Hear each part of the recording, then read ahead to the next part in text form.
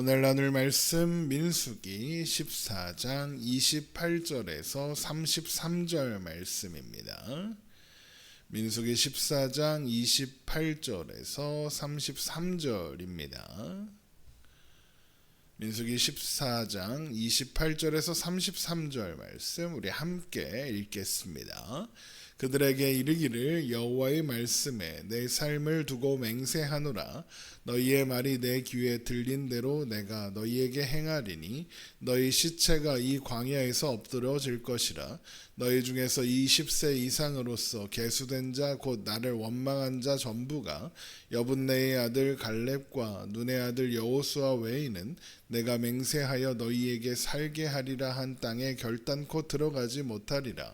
너희가 사로잡히겠다고 말하던 너희의 유아들은 내가 인도하여 드리니니 그들은 너희가 싫어하던 땅을 보려니와 너희의 시체는 이 광야에 엎드러질 것이요 너희의 자녀들은 너희 반역한 죄를 지고 너희의 시체가 광야에서 소멸되기까지 40년을 광야에서 방황하는 자가 되리라. 아멘. 하나님께서 이스라엘을 진멸하고 모세를 통해 새로운 민족을 세우겠다고 하시자 모세는 출애굽기 32장에서 그랬던 것처럼 하나님의 하나님 되심에 호소했고 그래서 결국 용서를 이끌어냈습니다. 그러나 지금은 그때와 다릅니다. 이스라엘에게는 하나님을 배울 만한 충분한 시간과 기회가 있었고 하나님의 말씀에 순종할 기회도 여러 번 있었기 때문입니다. 그래서 하나님은 지금 하나님을 시험하고 하나님의 목소리에 청종하지 않은 사람들은 가나안에 들어가지 못하게 하시겠다라고 말씀하시는 겁니다. 민수기 14장 21절 보겠습니다. 민수기 14장 21절 그러나 진실로 내가 살아있는 것과 여호와의 영광이 온 세계에 충만할 것을 두고 맹세하노니 내 영광과 애굽과 광야에서 행한 내 이적을 보고서도 이같이 10번이나 나를 시험하고 내 목소리를 청종하지 아니한 그 사람들은 내가 그들의 조상들에게 맹세한 땅을 결단코 보지 못할 것이요 또 나를 멸시하는 사람은 한 사람도 그것을 보지 못하리라. 하나님께서 그러면서 뭐라고 말씀하십니까? 그들이 내 영광과 애굽과 광야에서 행한 내 이적을 보고도 이같이 10번이나 나를 시험하고 내 목소리를 청종하지 않았다 그러십니다. 여기에서 10번이라는 것은 실제로도 10번이고 또 완전하게 하나님을 대적하고 하나님 앞에 반역했다. 이 10이라는 숫자가 완전수기 때문에 완전한 타락, 완전한 부패를 가리키는 것이기도 합니다. 그런데 이 10번에는 또 한 가지 중요한 사건을 떠올리게 하는 장치가 들어있는 겁니다. 어떤 사건을 떠올리게 할까요? 바로 애굽에서 있었던 10가지 재앙입니다. 그리고 그럼에도 불구하고 하나님을 대적했던 애굽 왕 바로를 떠올리게 하는 거죠. 10가지 재앙에도 불구하고 끝까지 마음이 완악하여 하나님을 대적한 사람입니다. 그러니까 지금 이스라엘 백성들은 완전하게 하나님으로부터 돌아섰고 애굽의 바로처럼 굴고 있다라고 말씀하시는 겁니다. 그러면 어떻게 하시겠습니까? 하나님께서 그들이 원하는 대로 해주겠다 그러십니다. 가나안으로 올라갈 바에야 가나안에 올라가서 죽을 바에야 애굽이나 광야에서 죽었으면 좋았겠다라는 이스라엘 백성들의 말이 그대로 이루어지게 하시겠다라고 하는 겁니다. 홍해를 건너지도 못하고 죽은 애굽처럼 만들어 주겠다는 겁니다. 그들이 한 말에 그들이 보인 태도에 이제는 책임을 져야 한다는 겁니다. 이것이 그들이 마땅히 받아야 할 심판인 겁니다. 그런데 이것은 꼭 심판이냐 그렇게만 말할 수는 없습니다. 이것은 또한 은혜이기도 합니다. 광야를 40년 동안 헤매는 동안 하나님이 니들끼리 알아서 하라고 내버려 두십니까? 그렇지 않습니다. 광야 40년을 다니는 동안에도 구름기둥 불기둥은 계속 그들과 함께 있습니다. 매일 만나가 내립니다. 신명기 8장 4절에 의하면 그 광야 40년 동안에 의복이 헤어지지 않았고 신발이 망가지지 않았으며 발이 부르트지 않았다 하였습니다. 그러니까 광야를 지나는 40년은 어떤 면에서는 가나안이라는 땅에 정착하지 않았을 뿐 가나안 땅에 거하는 것과 다르지 않은 상태였다는 겁니다. 오히려 더 좋은 상황일 수도 있는 겁니다. 광야를 헤매고 있다는 것 외에 불편한 게 없습니다. 여러 번 말씀드렸던 것처럼 가나안은 지리적인 위치를 가리키는 것이 아닙니다. 하나님이 함께 하시는 곳, 하나님께서 함께 하시는 땅, 그곳이 가나안인 겁니다. 그러니까 비록 이스라엘 백성들이 광야를 지나고 있어도 그것은 하나님이 함께 하시는 가나안인 겁니다. 그리고 그렇게 신명기 8장 3절에 너를 낮추시며 너를 줄이게 하시며 또 너도 알지 못하며 내 조상들도 알지 못하던 만나를 내게 먹이신 것은 사람이 떡으로만 사는 것이 아니요 여호와의 입에서 나오는 모든 말씀으로 사는 줄을 내가 알게 하려 하심이라 라고 하신 이 말씀처럼 하나님의 하나님 되심을 친히 끊임없이 끝까지 가르쳐 주셨습니다. 그러니까 이제 시작되는 광야 생활은 저주가 아니라 심판이 아니라 은혜이며 축복이기도 하다라는 겁니다. 결국 광야 40년은 이스라엘 백성들의 꼭 필요한 시간이다라는 말입니다. 하박국서의 말씀처럼 하나님은 진노 중에라도 긍휼을 잊지 않으시는 분이십니다. 하지만 그들 중에도 가나안에 들어갈 사람들이 있을 겁니다. 바로 그들에게 동조하지 않았던 갈렙과 여호수아입니다. 그들은 그들이 정탐했던 땅 가나안에 들어가게 될 것이며 그의 후손들이 그 땅을 차지하게 될 겁니다.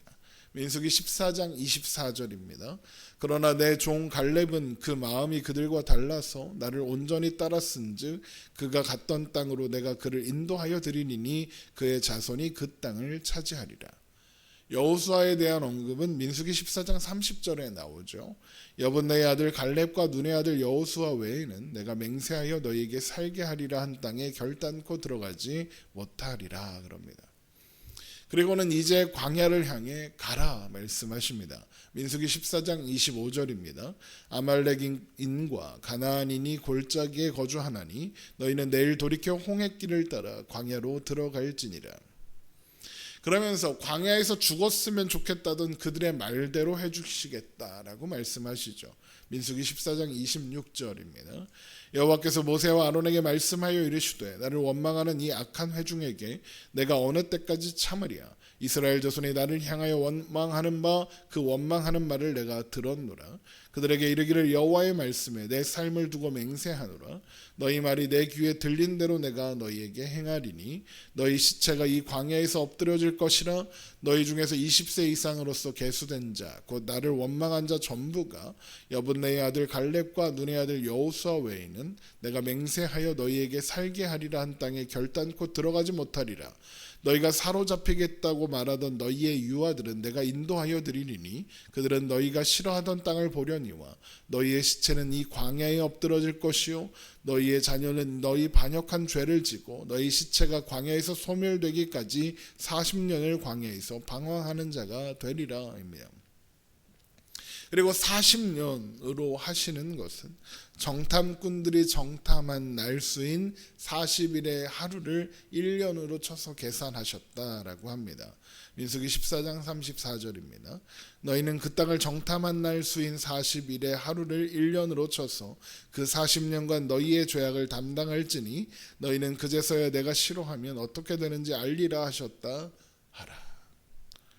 그렇게 그들은 40년 동안 광야를 돌아다니며 그들의 불순종을 곱씹고 하나님의 하나님 되심을 확인하고 또 확인하게 되는 겁니다. 그리고는 다시 한번 하나님을 거역한 세대가 전부 광야에서 죽을 것이다 라고 말씀하십니다. 민수기 14장 35절입니다. 나 여호와가 말하였거니와 모여 나를 거역하는 이 악한 온 회중에게 내가 반드시 이같이 행하리니 그들이 이 광야에서 소멸되어 거기서 죽으리라. 모세의 보냄을 받고 땅을 정탐하고 돌아와서 그 땅을 악평하여 온 회중이 모세를 원망하게 한 사람.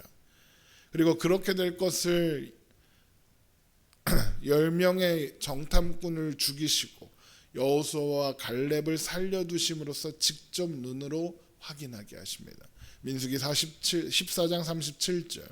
곧 그 땅에 대하여 악평한 자들은 여호와 앞에서 재앙으로 죽었고 그 땅을 정탐하러 갔던 사람들 중에서 오직 눈의 아들 여호수아와 여분네의 아들 갈렙은 생존하리라.